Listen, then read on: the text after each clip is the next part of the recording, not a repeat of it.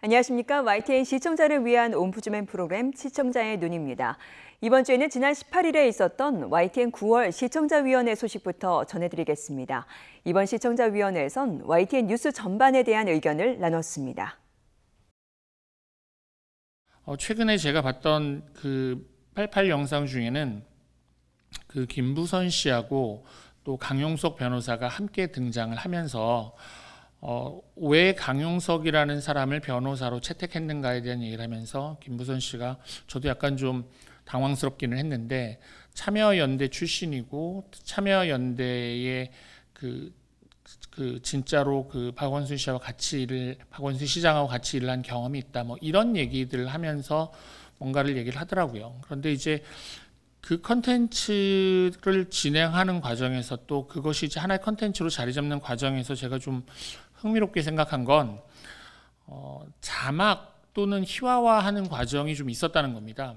특히 자막을 통해서 웃음을 상징하는 히읗의 그 철자를 단어를 막 남발하는 거라든가 음악과 관련해서 지나치게 경쾌한 또 경우에 따라서는 조롱하는 듯한 그런 음악을 백그라운드 뮤직 BGM으로 깔았던 것 같은데 이게 과연 바람직한 것인지 잘 모르겠습니다. 한번 고민해 보시기 바랍니다. 또 반대의 경우도 있었습니다. 그 반대의 경우는 어떤 거였냐면 그 이은혜 헌법재판관 후보자와 관련해서 지금 위장전입 논란이 벌어지고 있는데 그 위장전입과 관련해서 실제로 위장전입이 어떻게 이루어졌는가에 대한 게 이제 한 축이고요. 또 다른 한 축의 이슈는 이것과 관련해서 이은혜 헌법재판관이 소위 말하는 이제 로미오와 줄리엣처럼 영호남의 어떤 갈등 또 시부모님의 반대 이런 것들을 무릅쓰고 종교적인 이유까지 포함해서 무릅쓰고 결혼했다라는 부분이 좀 부각되고 있는 것 같습니다.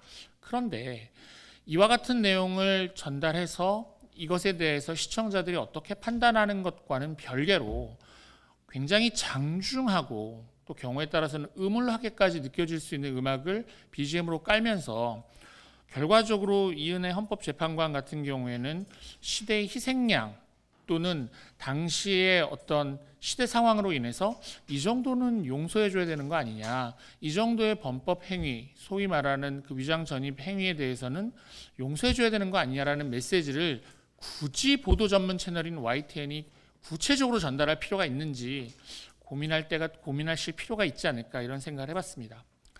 그 현장 중심에 또 현장을 가서 정말 보도 자료가 나와야 되는데 지난번 같은 경우는 뭐 파업에 특별한 그런 상황이었겠지만 그런 게 좀 부족했던 그런 것들이 있어서 그거는 이제는 정말 체계를 좀 잡으셔서 현장 중심에 그다음에 기자분들이 정말 현장에 가서 그걸 보도해서 그 시청자들한테 직접 전달할 수 있는 그런 시스템을 꼭 좀 갖춰주셨으면 좋겠다라는 그런 거하고 그다음에 저는 사실은 늘 생각해 그 전문가 패널이라고 나오시는 분들에 대한 정말 전문성에 대한 걸 한번 풀을 좀 늘리셔야지 되든가 아니면은 그 전문가들을 정말 적시적소에 이렇게 배치할 수 있는 그런 시스템을 어떻게든 저는 갖춰야 된다고 생각이 들었거든요. 그러니까 전문가가 아닌 걸 뻔히 아는 분이 오셔갖고 그런 다른 얘기를 했을 때는 그 뉴스 전체에 대한 신뢰도가 저는 떨어진다고 생각이 들거든요. 그래서 그 전문가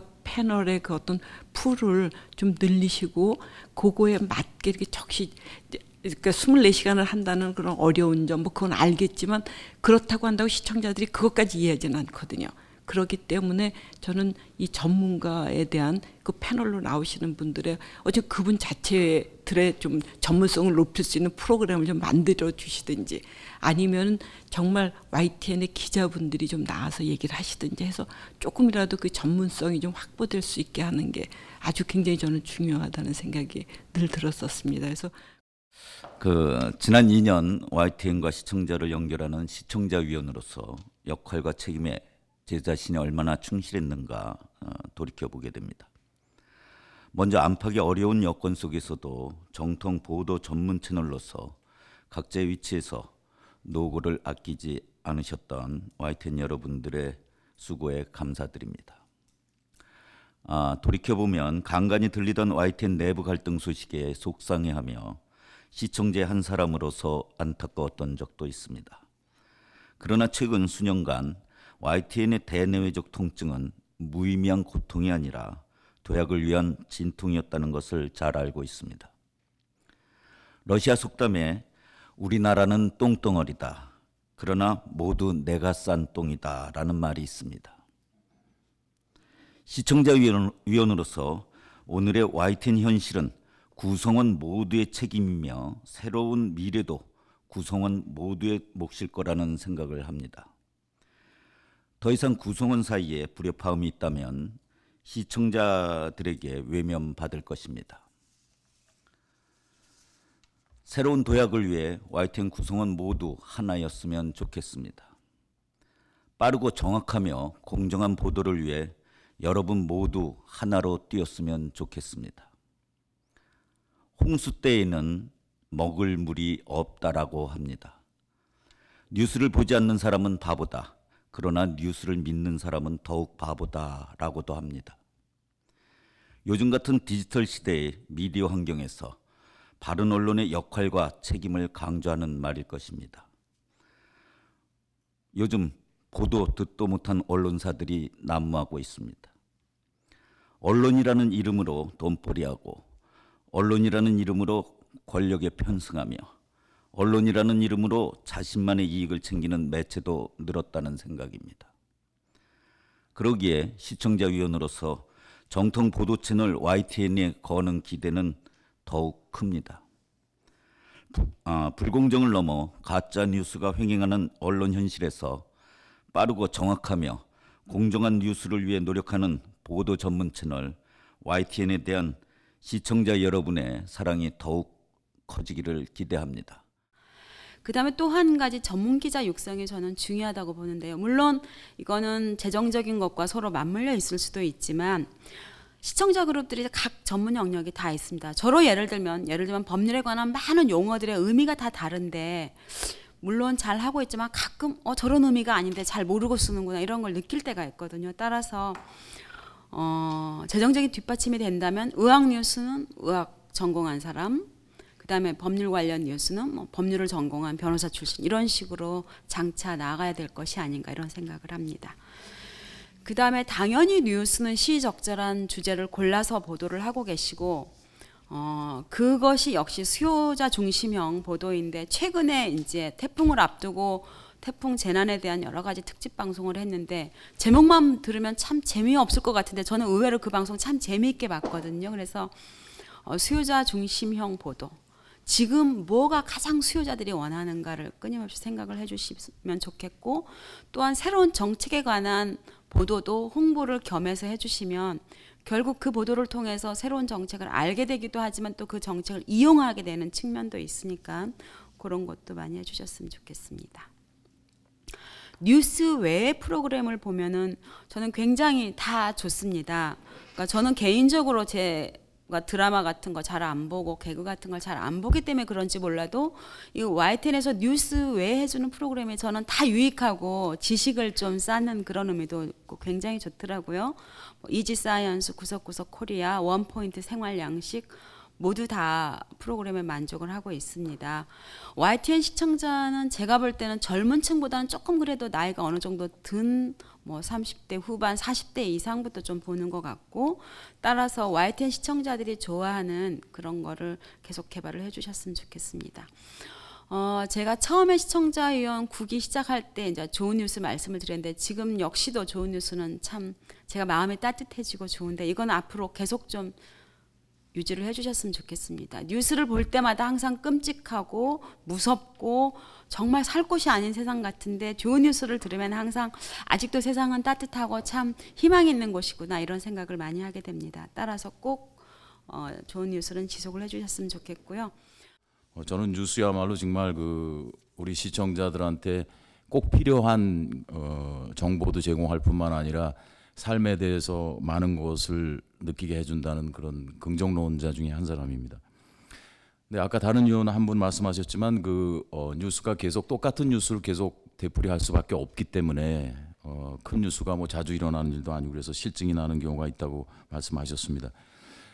그 점에 대해서 이제 제가 가끔 말씀 한번 올렸던 것 같은데 역시 이럴 때 앵커 역할이 좀 중요한 것이 아닌가 생각합니다.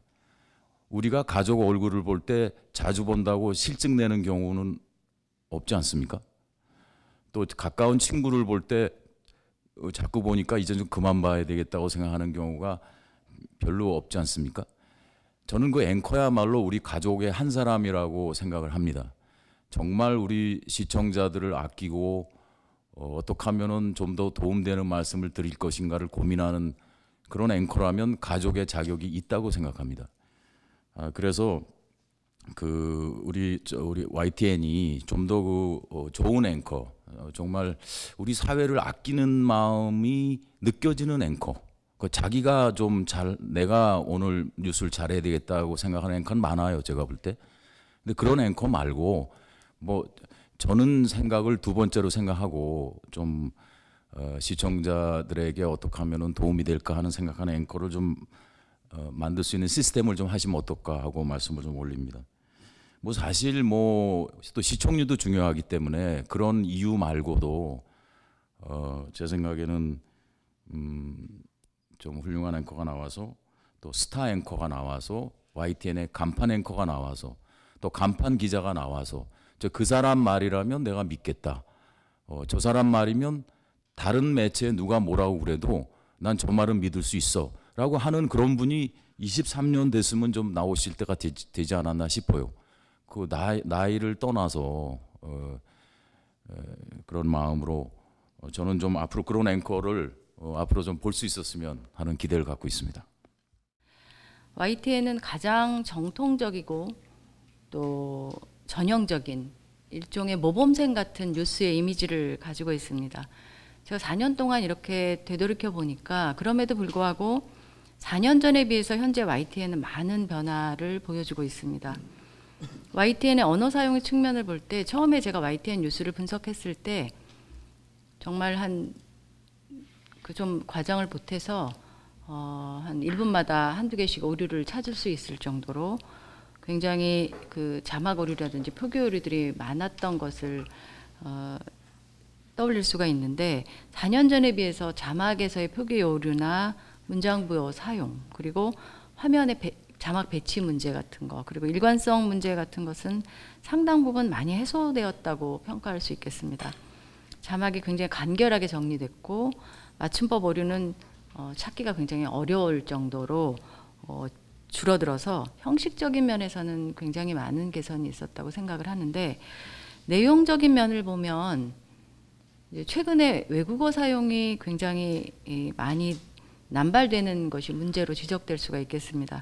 예를 들어서 대륙간 탄도 미사일을 ICBM이라고 그냥 일반적으로 줄여 이르는 이런 예들이 굉장히 많아졌고 전문 용어를 원어 그대로 노출하는 경우도 빈번합니다.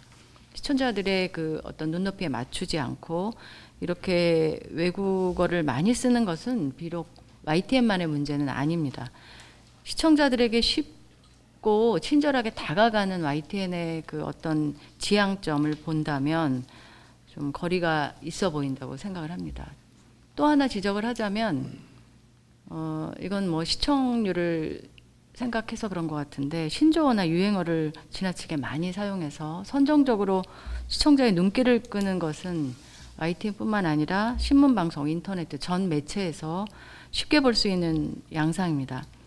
그리고 종편이나 인터넷 방송을 따라가면서 저급한 어휘 사용을 한다는 것은 YTN을 사랑하는 시청자들이 바라는 바가 아닐 것이라고 생각하고 YTN에게 바라는 것은 폼이 있고 공정한 뉴스일 것인데 YTN의 정체성에 관해서 좀 믿음을 가지셨으면 좋겠다는 생각을 합니다. YTN이 YTN답게 뉴스를 하는 것이 YTN이 앞으로도 살아남을 수 있는 가장 좋은 방법이라고 생각을 합니다.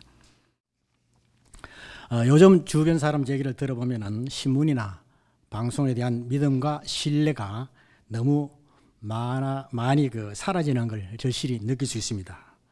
사실을 사실대로 전하지 않고 왜곡하거나 진실을 눈감아 버리는 그런 신문이나 TV를 왜 보느냐는 겁니다. 오히려 유튜브를 보면은 진실을 더 자세히 알 수 있다고 주장하는 그러한 현실입니다. YTN에 대해서는 왜 그렇게 친정부적인 보도가 많냐, 그래서 잘 안 본다고 이렇게 말하는 사람도 있습니다.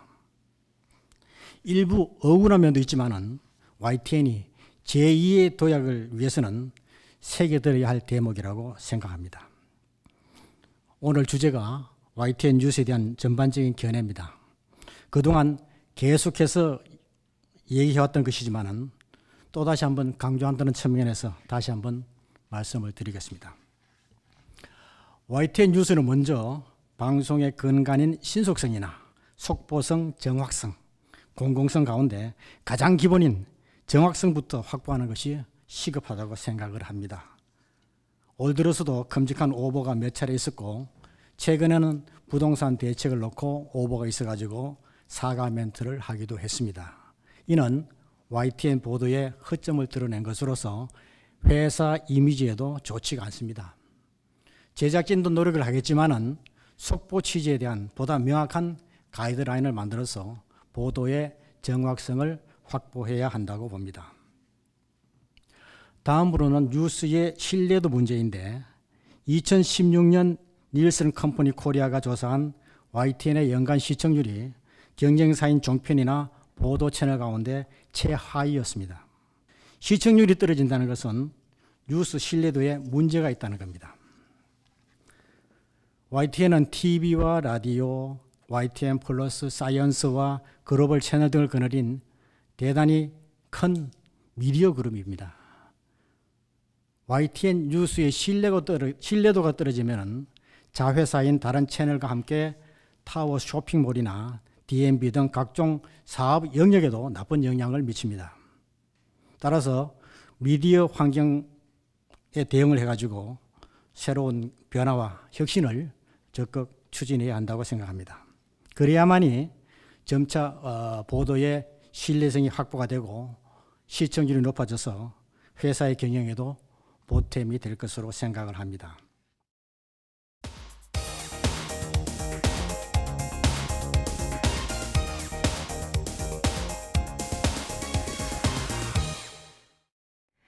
지상파 DMB 채널인 YTN DMB 프로그램을 평가하는 내가 본 YTN 순서입니다. 이번 주에는 수다학과 뉴스앤이슈에 대한 최현주 평가원의 의견을 들어보겠습니다. 시청자 여러분 안녕하세요. YTN DMB 시청자 평가원 최현주입니다. 최근 4차 산업혁명과 함께 뇌과학이란 학문 분야도 주목받고 있습니다. 뇌과학은 의료기술에 활용되기도 하고 공학이나 인공지능 등 다양한 학문과 융합을 통해 인간의 인지와 행동을 과학적으로 증명하는 데 이용되기도 합니다.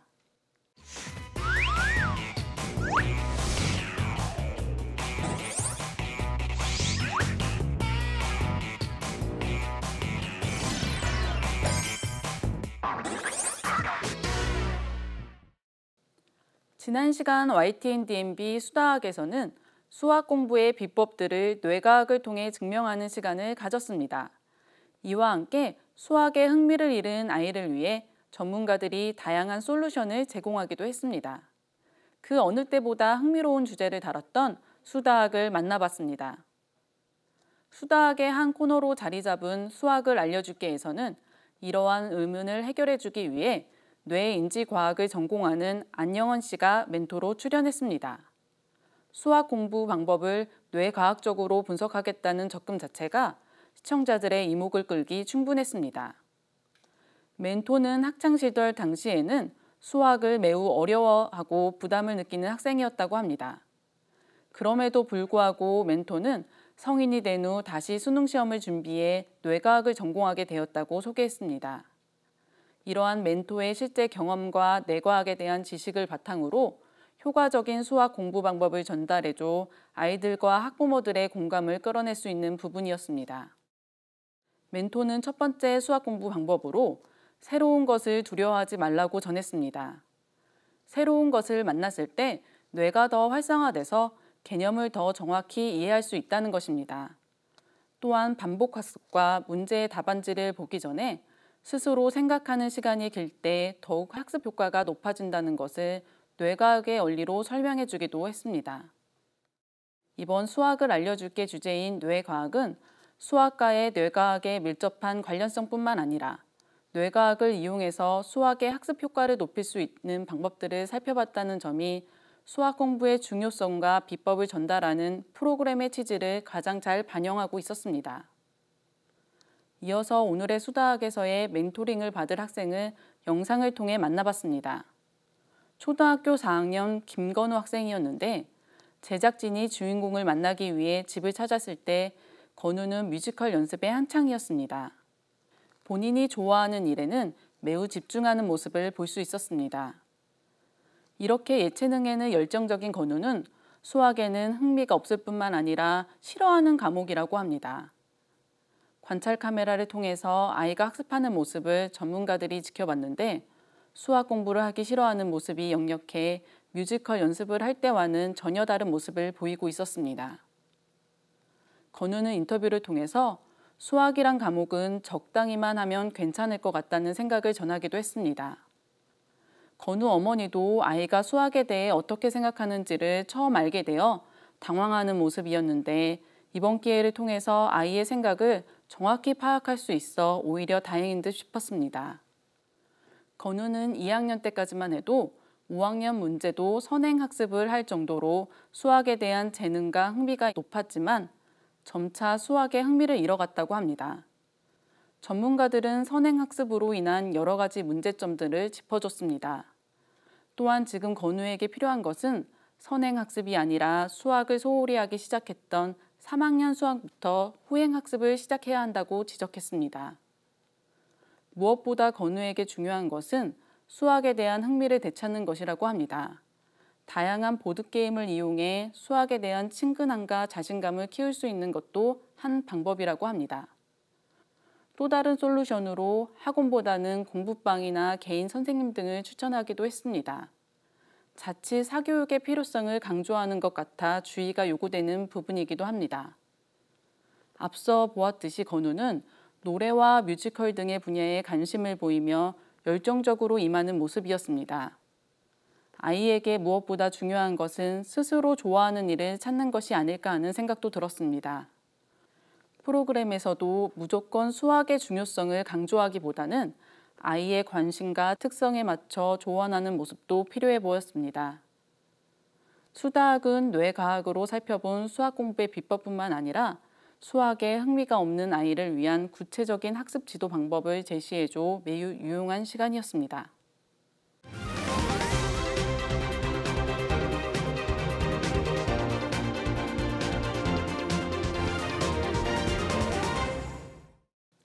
(9월에) 들어서면서 완연한 가을 날씨를 보이고 있습니다.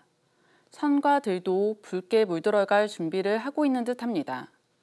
하지만 가을에는 건조한 날씨 탓에 화재가 자주 발생하는 시기이기도 합니다.